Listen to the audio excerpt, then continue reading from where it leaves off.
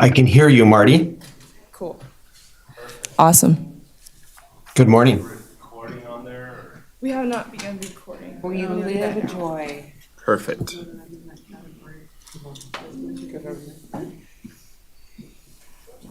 Recording in progress. Awesome. Looks like we have everyone. We will call today's Friday, September 13th, 9 a.m. Truckee River Flood Management Authority meeting to order with a roll call. Don Abbott, Here. Alexis Hill, Here. Ed Lawson, Here. Naomi Dewar, Here. Clara Andriola, Present. Miguel Martinez. Here. Awesome. Okay. We have a quorum. And we'll do the Pledge of Allegiance. George, if you could lead us, it'd be great. I pledge allegiance to the flag of the United States of America and to the republic for which it stands, one nation, under God, indivisible, with liberty and justice for all. Thank you, sir. I'll move on to item B, public comment. Do we have anything?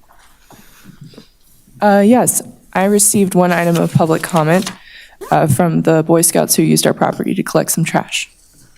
This is from Julie Tulgren. She says, please share this with Mike and the board to let me know this was received. Scout Troop 1847 would like to thank the Truckee River Flood Management Authority for use of the 5205 Mill Street over Labor Day weekend in support of our troop fundraiser.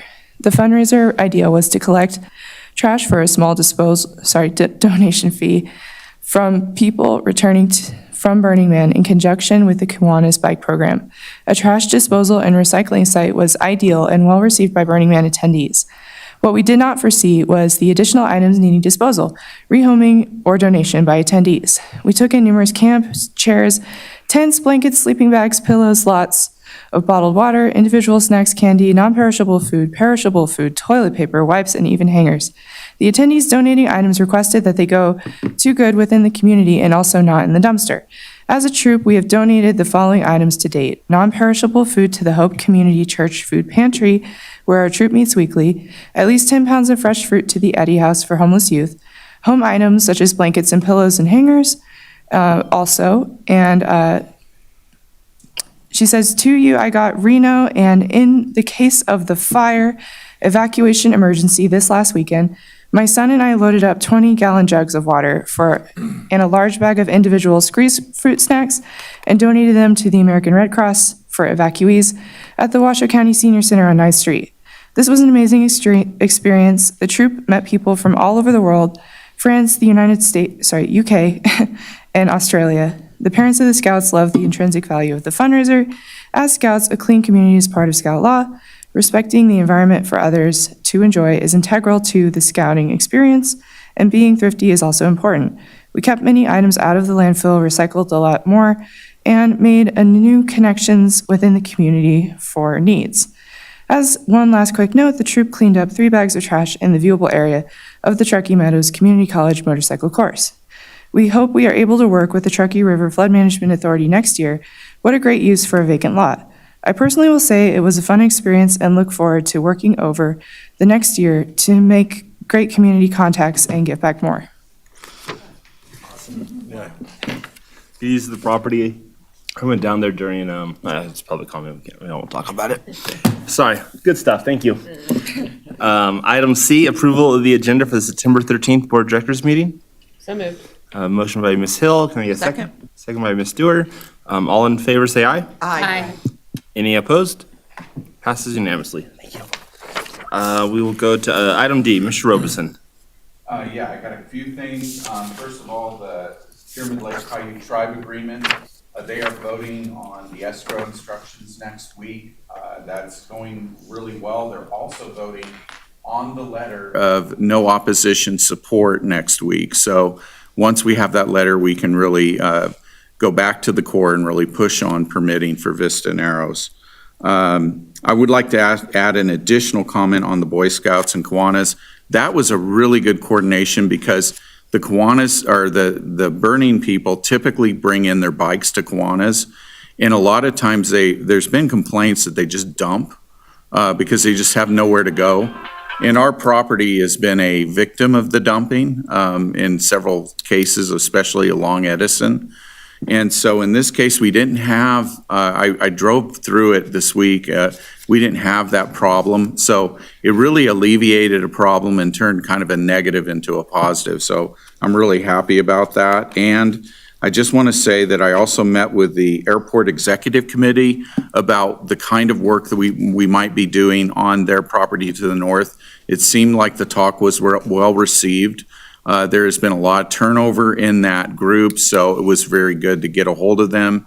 We are also working with GSR. I've been in correspondence with them in the last week, and as well as Tumwa. So we're trying to work our stakeholders to create win-wins and reduce our easement costs if we pull ahead with this project. And we're also working on grants as well at this time, but I want to go in detail during announcements. And that's all I have. Awesome. Thank you, Mr. Roberson. Any questions? Yeah, Ms. Hill. Mr. Roberson, on our contract with our video provider, I was hoping to kind of see what we've got and to show the community as far as what the flood project does. Yeah, I forgot to put that on there. I'm No sorry. worries. I was going to mention this, that I'm having a meeting with him in the next few days. We are going back and forth on questions. They're going to interview me. They want to interview Dawn. Dawn, they may want to ask you for some other people that might have experienced the 97 flood in that neighborhood, because you know some people. And they've taken a lot of footage out downstream of some of the restoration stuff that's being done. They've taken footage at the Vista site and the McCarran site. So it's coming together. I would say by the time we get into this flood awareness season, we will have a video, we will have 2 videos available to us to bring out into the community and use to publicize the need for flood abatement and flood management and emergency actions and all that. So that's the goal, is to get this done in the November timeframe. And so probably our next meeting, I will have something that's actually a staff report, not just an announcement. Great, and once those links are live, make sure to send it our way so we can promote as well. Absolutely. Thank you. Sorry about that. No worries. Thank you for Let's do it. reminding me. George, a question on that. Who's the provider? Who's doing it? The provider is, I mean, it's not, is it SOSU Yeah. or is it some other? no. It's Brian, right? It's Brian Evans, yeah. Thank you. I'm sorry. There's a lot of, I've been doing meetings with lots of people this week, so. Yeah, it's Brian Evans, and like I said, that's all the progress we've done on that so far. And we've gone out and looked at all the sites together, and so we're making progress, but it's not done yet. Cool. I don't see any other questions. Perfect. Thank you, Mr. Robeson. We'll move on to consent items. Looking for a motion for consent items 2A and 2B. So moved. Second? We have a motion and a second. All in favor, say aye. Aye. Aye. Any opposed? Passes unanimously. Item 3, discussion and possible action to approve a First Amendment to the Mitigation and Restoration Projects Funding Agreement between the Truckee River Flood Management Authority and the Pyramid Lake Paiute Tribe, extending the period in which to place mitigation funds into escrow as set forth in 4.2 of the funding agreement by 30 days to September 26, 2024, amending the date on which the PLPT must make comment to permitting agencies, and granting authority to the TURFMA Executive Director to make actions to administer the agreement. Mr. Walls. Thank you very much. Item 3 presents a First Amendment to the Mitigation and Restoration Funding Agreement. These are some minor changes. Primarily, this allows for a 30-day extension in which to fund the escrow account. Pardon me. That initially was 60 days. There were kind of some unforeseen delays in that process that were not necessarily the fault of any party. And so we are proposing to extend that by 30 days. In addition, it extends the time in which the Pyramid Lake Paiute Tribe can submit their letters. It only extends it by 2 days. And as Executive Director Robeson mentioned, they've already presented largely completed drafts of those letters to us, so that should move very quickly.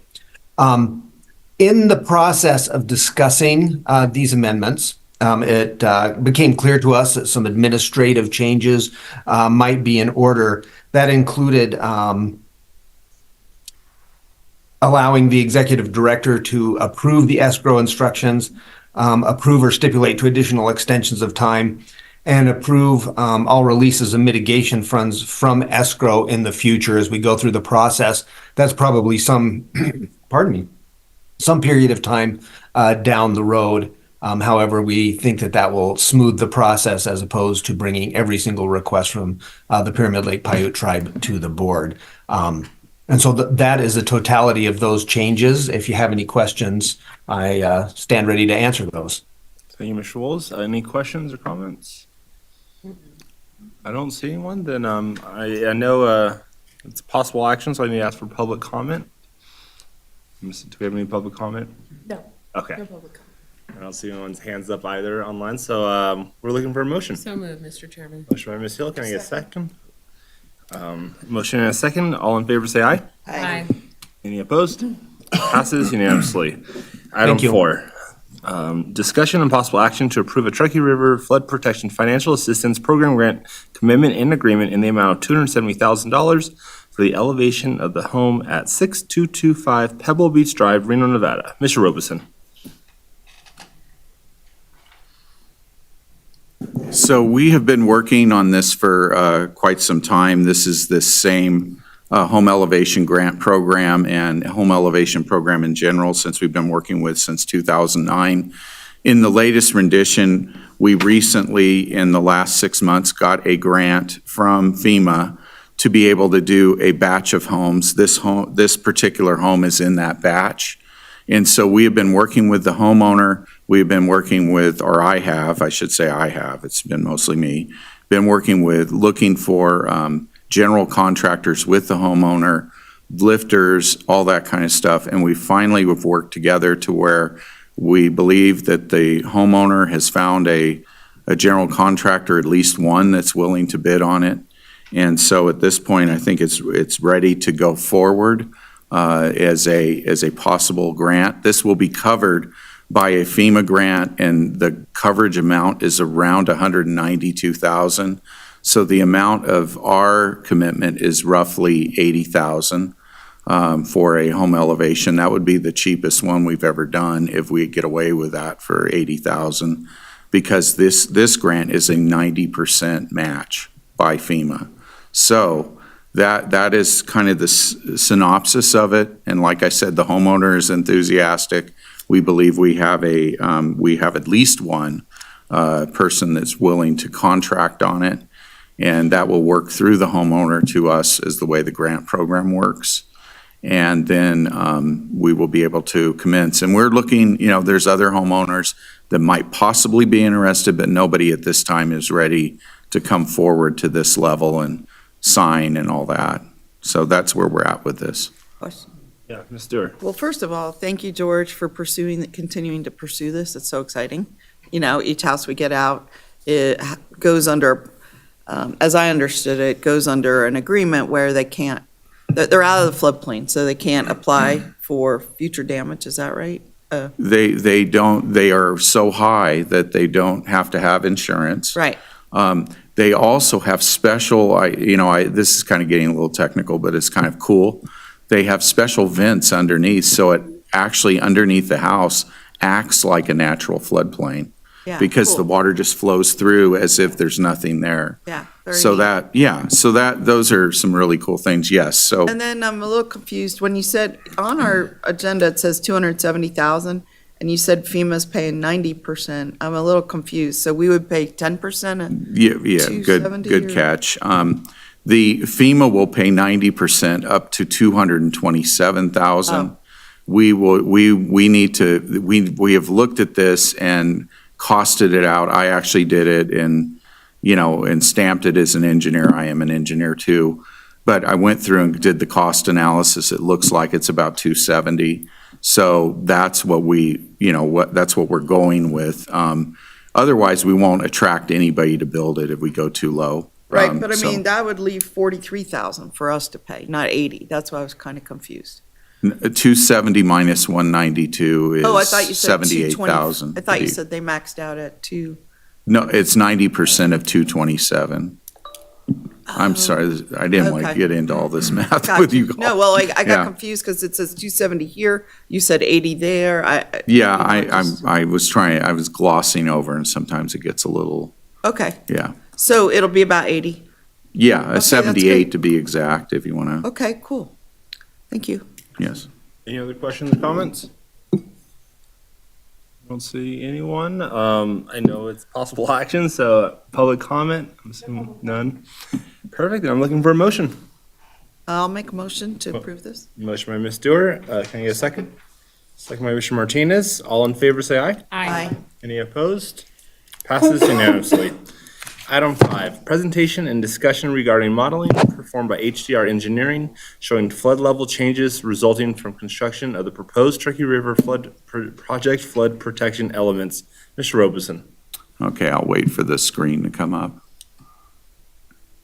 Now, I won't take you too long with this, but it's very exciting to be able to talk to places like the airport or GSR.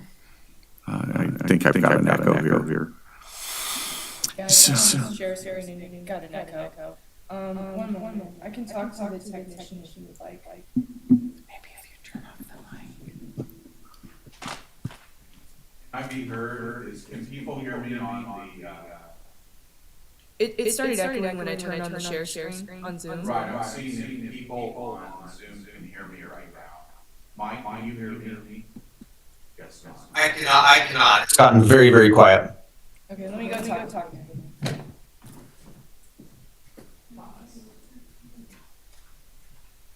We're for Zoom. We're just taking an IT break.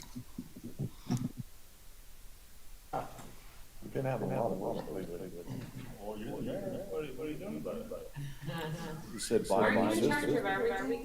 I am. Yeah. I think this gone to this spot. You're in the wrong chair. That's what it is. Like really IT. I take it.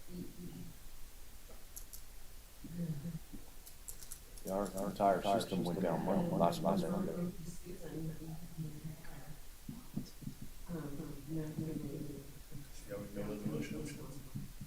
Motion to approve. Simple. They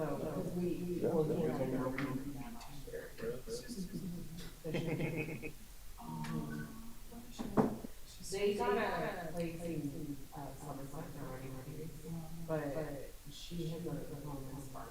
Yeah. I was wondering if she's staying in this place. No, they're selling. And it might. Yeah, and so I don't think they're in there yet. Gotcha. How's everything going? I talked to her.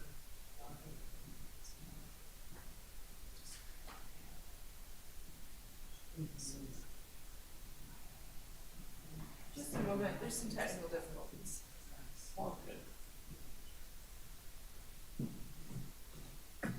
Okay. So I'm gonna turn share screen on and off, and maybe that'll work.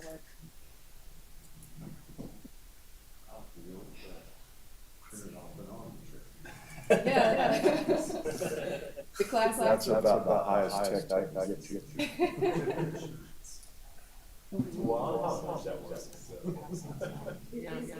So try your mic now with it off. Hello? Still echo. Okay, so it's not the share screen. We learned But I something. mean, how is it showing if it's not the share? No idea. I can hear that, yes. Not showing in Zoom right now. George, will you say We turn yours off too. Okay. Okay, let's go ahead and try this.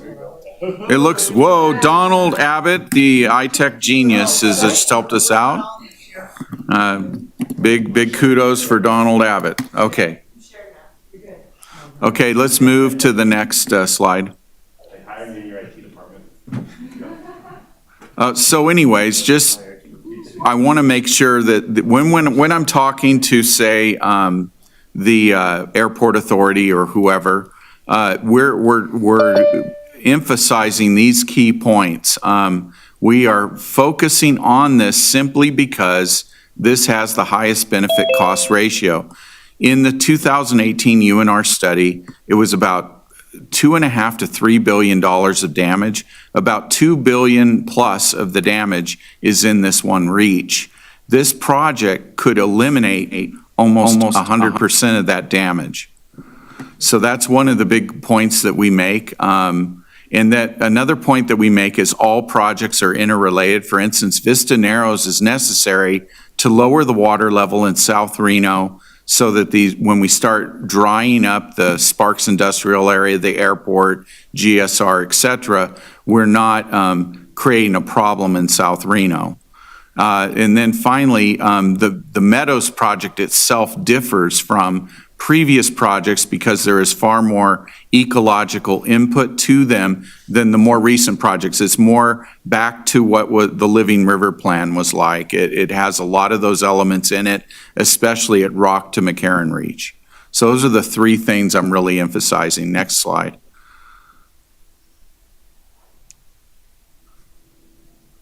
Okay, so this is an updated, somebody kept asking, I think it was Naomi, or Director Dorr, was asking me, hey, aren't you ever going to update that red-blue map? So this is the red-blue map based on the latest modeling. Anything in red is being taken out of the floodplain. There is some nuisance flooding that we discovered from Reno that is in blue over by the airport. That will also turn to red if we deal with that small outbreak there. So you can see all that area in red, and it goes pure red in the Sparks industrial area all the way to Vista Narrows, pure red like that over there. So all that area, the airport, GSR, the Reno industrial area, which is kind of northeast of the airport there, all of that comes out of the floodplain with this project. And that's why it's so valuable and why we're focusing on it. Next slide, please. So, but there are two key questions that I always want people to know about, and that is, does the project reduce or have no rise conditions in South Reno? And does the project minimize downstream peak flow increases? And also, you know, do we have adequate mitigation, et cetera? Next slide, please. So in terms of the idea of, is there a no rise? There is a no rise. You can see everything in green there in South Reno, in that area, that is all no rise. The only places we have rise is where the black and red is. That is within the levee system. As you might expect with more water in the river, that it would actually rise up there. So it does in those areas. But in all the other areas where we want it to lower or be the same, at least be a no rise, it is either less, you know, it's either lower or a no rise. And so that's a very positive thing for, you know, I don't want people in South Reno thinking that we're doing something terrible to them or something. We are actually improving it slightly even there. George, before you leave this slide, could you explain the two colors of green? You said green. Mm-hmm. Could you just explain a little The bit darker green is actually more of a drop. It's up to a foot. Finish my question. I was going to say, could you explain the two different colors of green, but also could you explain what no rise is? It's kind of a insidery term, but I don't. Okay, what that simply means is there's no rise in the water level due to the project in those areas. So like if you go to Pebble Beach, for instance, out there in the Hidden Valley area, it's in green. That means it's slightly lower than what it is now if a 100-year flood came. So it's actually lower. So it's creating a no. It's actually negative, but it's a no rise. There's no rise going on. So it's zero because of the project. Yeah. We did a thing, but we didn't make people's life worse. No, we made it slightly better down there, and then. I can't quite read it. Is it 1 or 0.1? What is the slate green color? The light green one color is 0 to about a couple of inches. So it's just a no rise. The darker green is actually up to a foot. Betterment. Betterment, yes. And then the blue and red, which looks like it's over by our Mill McKeon project that you were just at, that will have deeper flooding because we're pushing water. Through there. Levee there. Yeah, and it's going to be protected by levees, right? So because more water is going through there, as I'll show in this slideshow in a minute. One more question. The red that's on the other side of McCarran, is that the meat packing plant or is that near it? Yes, it's just north of the meat packing plant, and there is a small berm that we need to put in to make sure that we keep a no-rise At the meat packing? at the meat packing, and it's actually about a 7-inch decrease with that small berm. Okay. Next slide, please.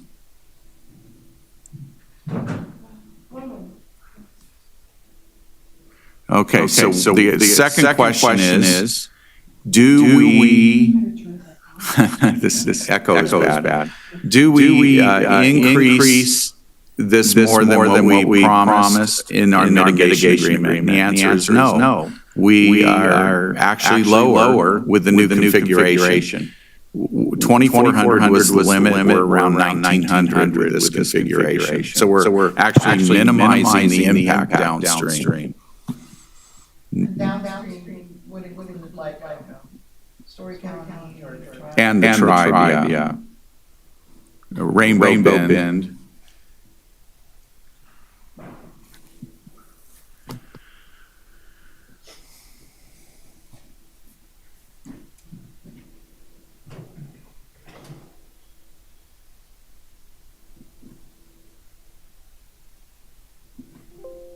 I guess, okay. Sounds like we got it back. Next slide, please. Okay, so and the other thing I'm talking about is these particular projects and I'm just letting you as a board know what I'm saying to outsiders. Some of these are, very influential people, so I don't want you blindsided and hearing, from them like whatever, and I hadn't told you. So this is what we're talking about right now at GSR. GSR is in a dynamic situation with their design. It is changing. It's changed a couple of times a little bit, like where they're placing a stadium, where they're placing the ice rink and stuff like that. So it is moving around a bit. Their parking structure has moved a bit. But in general, we need to have some sort of protection up by the river. Right now, we are looking at a berm with a levee where it's really tight right there by the river, and then more berm down there. It may turn into levee where this is a dynamic situation. So we want to work with GSR to get a solution that works for them and works for us. Whatever they do has to protect the airport and themselves, as well as the Reno industrial area. There's a huge breakout in this area where the majority of the water that comes to the airport comes from. So we have to deal with that. And we want to deal with it in a way that gives them their best solution. Yes. Sorry, Director Robinson. Mr. Chairman. Sorry. Yeah, of course. The berm, the downstream berm and the upstream berm, so that's taking away, obviously, parking for them. And are there berms that can be done which can include parking, or they just are berms? That is the $100 question here, Okay. because, well, it's more than that. It's several hundred of thousands. But Parking is a premium. yeah, but the point is if they can park on the berm, then we do a berm. If they can't park on the berm, then we would do a levee Okay. to tighten it up. See what I mean? Maybe they may even want a wall in places. I'm not sure on that, but that'd be a last resort. The Tumwa levee on the other side is just north of the river. And right now, that's in a setback form. We're talking with Tumwa, and we may come to you with something if we get some real positive indications from the Corps about the permit for Vista. We may come to you with a design package that starts with an alternative study. But that's the current configuration, and we've looked at maybe there's some walls right along those ponds that maybe we could extend those walls instead of doing a setback levee there. So we need to kind of work through all that from an engineering standpoint. Because if those walls can handle it, it's great. That would be a great solution. But we don't know if they can handle it right now. We have to do some study on it. Yes.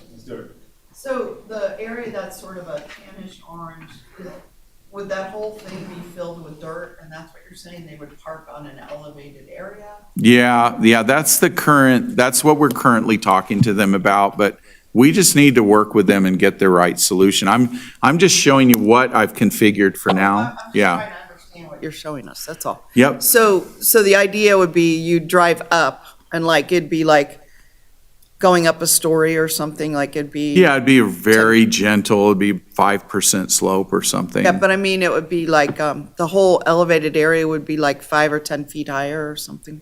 More like 5, yes. Okay. And then, would they build that as part of their building design, or are you thinking we would build it? And have you talked to them very recently with all their, like, in the last month? Yes, I have talked to them, and we have not worked out how this would all happen. I'm looking for something like what you guys did before with Walmart, like a cooperative thing where we're helping each Well, other it was out. very good with Walmart. They contributed like 2.2 million to help. Very pay. aware, yeah. And no. then other people did too, to where the flood project ended up paying a very small amount of Right. that. So the other question I had was on the Tumwa side, do they have a levee today to protect any of their facilities, or? I would call it's not a official water-bearing levee. I It's gotcha. more like a berm, like Okay. what Sparks has. So similarly, we might do a cost-sharing thing with them? Well, with them, I'm looking more for easement help so that I don't pay a bunch of money for easements. Well, getting back to Walmart, I mean, that's how it worked. The tribe gave us access to the land, Reno Sparks Indian Colony, and also the state of Nevada, is able Yeah. to negotiate Well, those. I'll have to that talk to what the you're chair of thinking, Tumwa about that, maybe. Yeah, I mean, that would be me, I guess you're saying. That was a Okay. joke. Just kidding. I forgot. I thought you were, okay. In this instance, I wasn't thinking like a Yeah. Tumwa chair. I was Okay, just but wondering. no, I'm thinking more like they're gonna help us with easements and we're gonna financially do this, because it doesn't just help them, it helps that Right. whole industrial area. Okay, very cool. Thank you. Next slide. Okay, this is just showing it. What I want to show here is we actually put this into CAD files as well as GIS files. You can see how how this berm works. The contour intervals are only half a foot contour intervals, so it's not as steep as it seems, but it's showing you just how we had to put those in. And you can see on the other side that levee, how it was put in. So what I'm trying to say here is the model actually has all this in it now for this particular geometry that we created for this exercise. Next slide, please. And here's the airport area. I want to skip to the very next slide fairly quickly, because this one is a berm only, and there is some terracing. So next slide, we'll show it pretty clearly. Oh, not this one will. That shows how much the flood comes up after it's built. Next slide, please.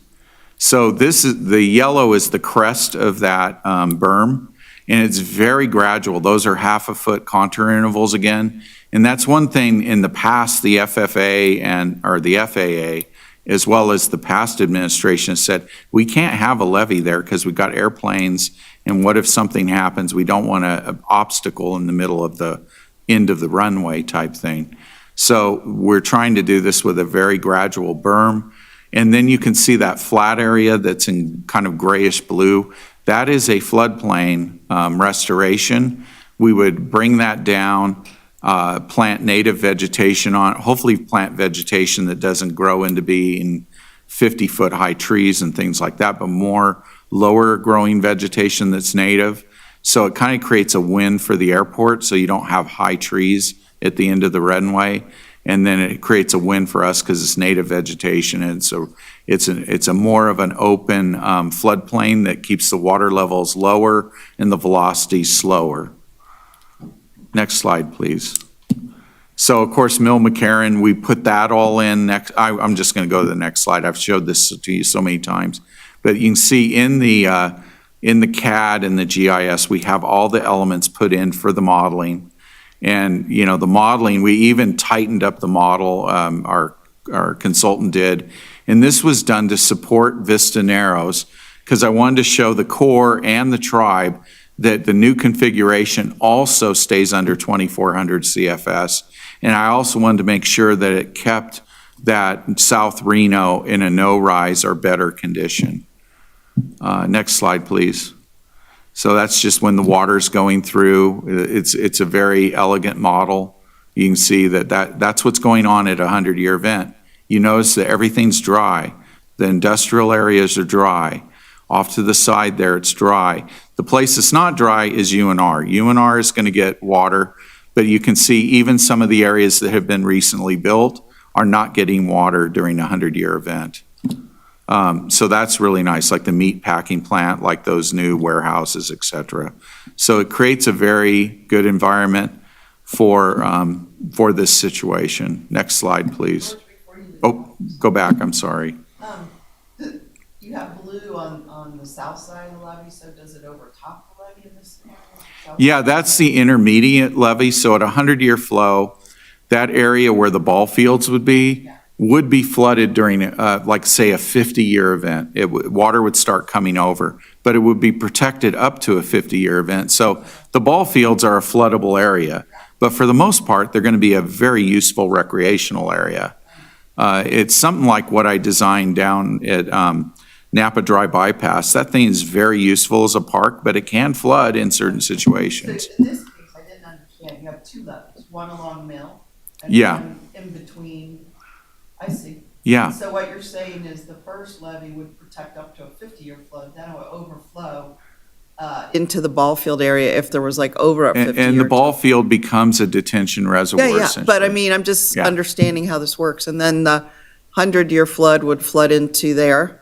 Mm-hmm. And then if we had over a 100-year flood, it would flood more areas. Is that it? It Outside. actually holds it holds beyond the 117-year flood Uh-huh. with freeboard. So Okay. in essence, it's probably good to, I'm just guessing here, so don't hold me to this, to about 28,000 CFS, which is equivalent to a 150-year flood. And then on the north side where Sparks is, what's that levee? Is that a 50-year, 100-year? What is that? Oh, no, that's the same level height as the one on Mill, so it protects that Up industrial to the level. 117. And beyond. Okay. I don't think Sparks wants to just have a 100-year levee and then 10 years from now have them say, oh, wait a minute, our 100-year flow is actually bigger. You know, I'm trying to give us a little bit of space so that we don't get caught up in that. Next slide, please. So this is the North Bank levee. It is, you know, this is another project where I think we need to do some work fairly early on to understand it better. We have this as currently as we just do it all at once. We might want to do some of the worst breakout areas first. So I've been talking to consultants about that, possibly putting this up once we get some positive feedback on our permitting. Now that we have that letter from the tribe, as of next week, we'll have it. So hopefully when we get that, I would like to bring that forward to you probably in the next several months to do a kind of an alternative study there about timing, types of things that we can do that can help. Because look at that arrow that's 1, 2, 3 from the left. That arrow is going right, the levee is right on top of that building. I mean, it's so close. So we've got to do something there. It's too close. It is too close for a levee. Oh. So we're going to have to figure out something there. Do we talk to UNR? Do we build a wall there? I don't know. I know some on this board don't want a wall there. I don't want a wall there. So we'll work through that. We'll get a consultant together. We'll try to get some alternatives. Well, George, on that one, I mean, is it possible, we bought out a whole bunch of building on the south side. Is it possible even buy out, keep them whole, but? Yeah, I know we're not author or whatever agendized to talk about something like that, but but the whole thing is we do need to have a study to look at all the alternatives.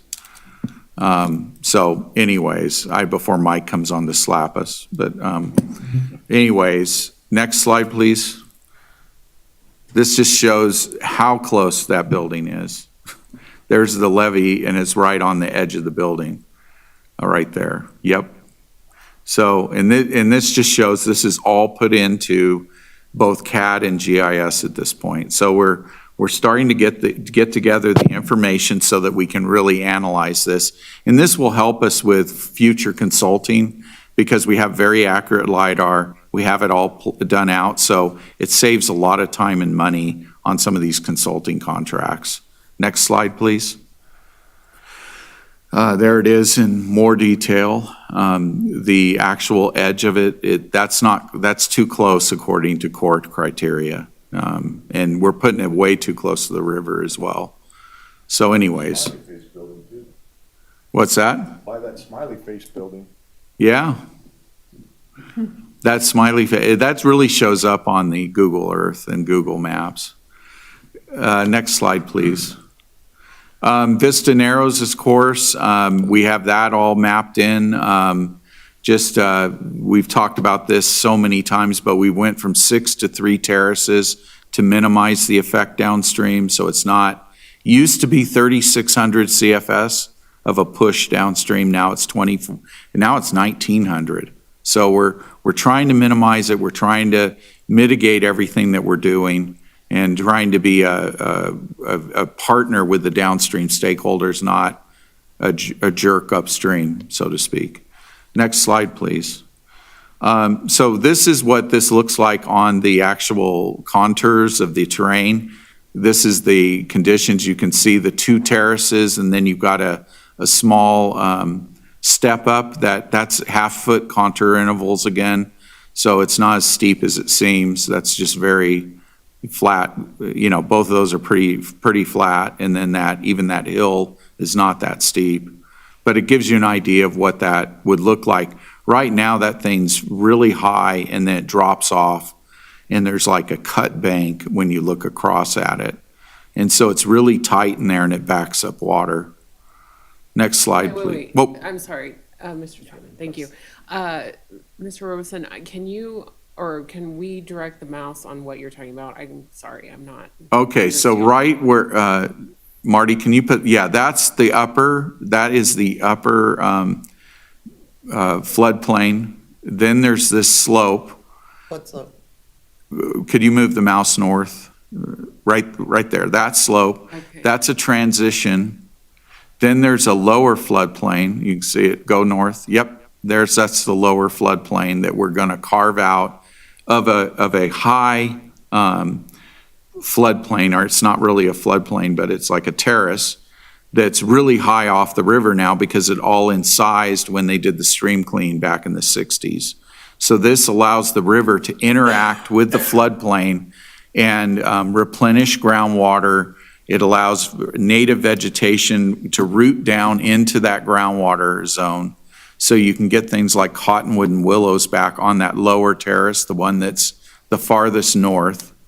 And then that hill slope would have a certain type of native vegetation that is keyed into that. Right now, all of it is white top. It's a introduced species that is just an invader. And it's good for, well, actually one person said it's good for, it's like some sort of vegetable, but not really. So it really, horses don't eat it, nobody's eating it, and it's just a mess. So what we want to do is get native vegetation that birds and other wildlife can use. And then the high terrace there would also have a different type of native vegetation. It's a little drier. But all of that's lower. Yes? What is the high terrace? Could you point that one? Yeah. Yep, right there. That one. What's the light blue on the north side? Yeah. That is an area, okay, so right now, that is the far end of the kind of that industrial area. And right now, there's kind of a berm that cuts that off. What we're going to do is make that into a certifiable levee to protect that area. And on that other side, That is an area that some people have put as waste area. In this case, we didn't do much with it. We just kind of left it as it was.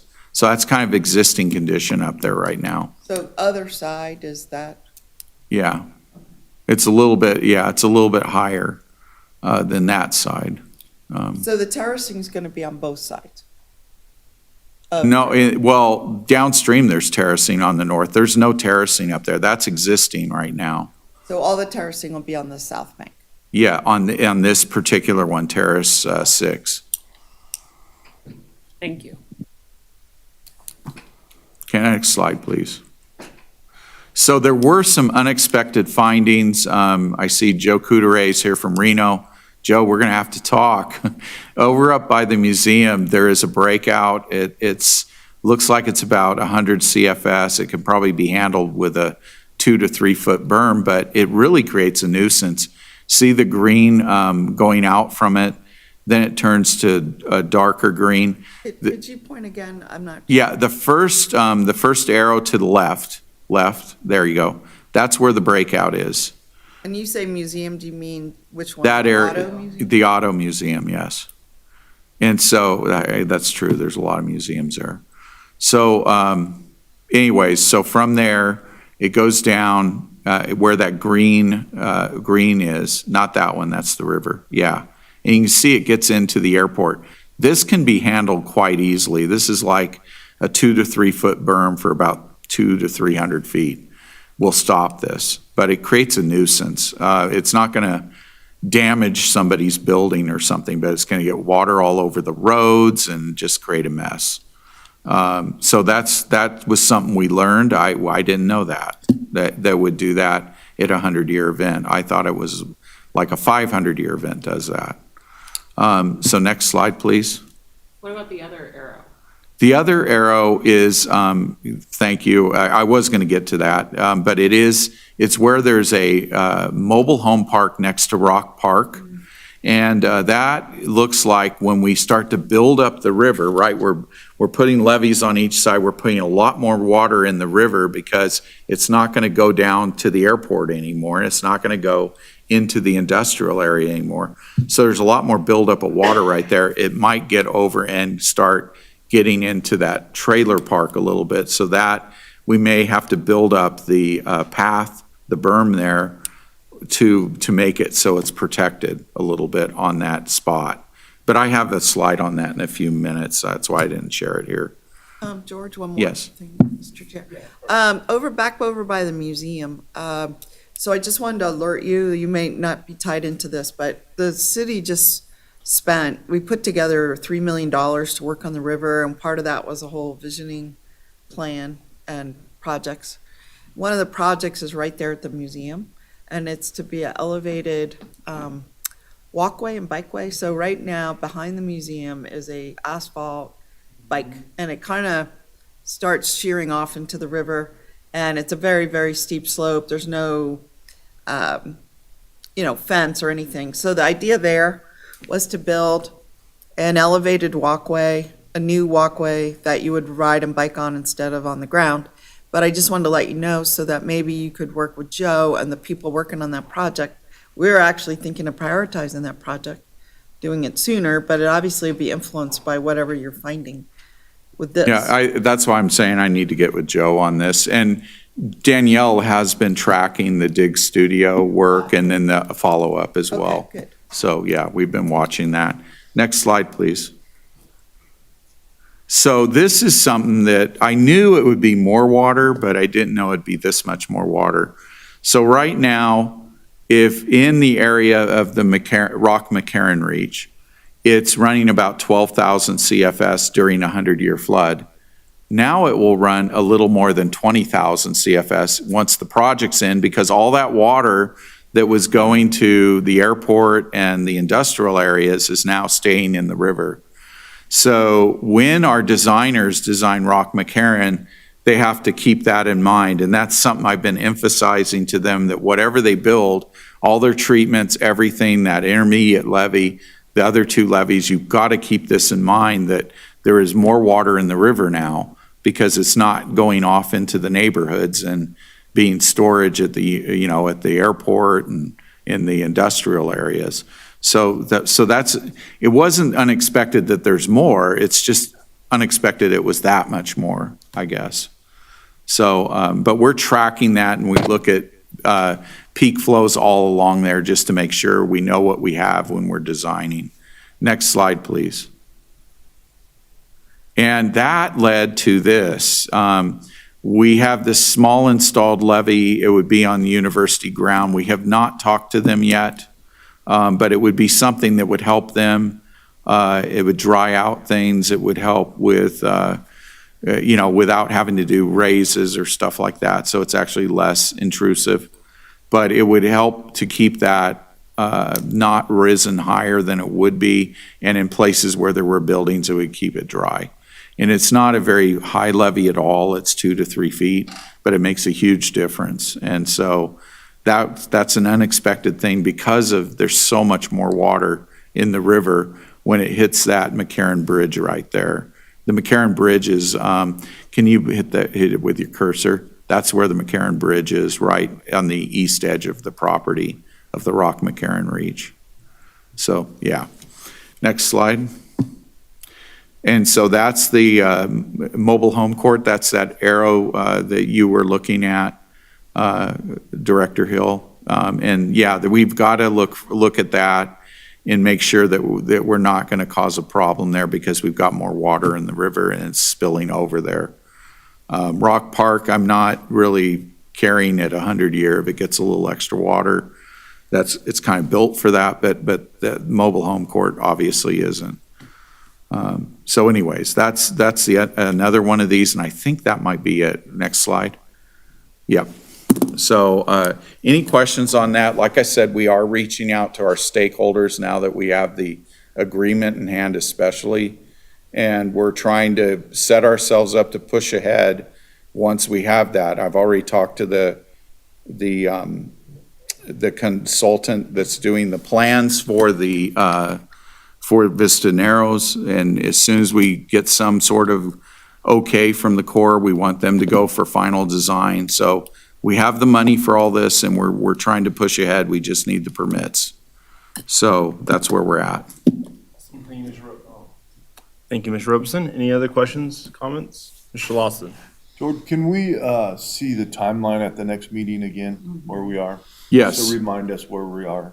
Yeah, and I know, and I apologize, it keeps slipping. I'm trying to be No, it's realistic, optimistic, but then things happen. Yeah, not a problem, I just. yeah, no, fair enough. Going on, because I get asked about it quite often. Yeah, no, that's a great suggestion. There, any other questions, comments? I don't see any. I think we are good to go then. We'll close that item and move on to public comment. Do we have any? Didn't think so. We'll close public comment and go to item 7, board member comments, requests, and future agenda items. Does anyone have anything? I don't see anyone. Then we'll adjourn at 9:53. Happy Friday the 13th. Spooky. Recording stopped.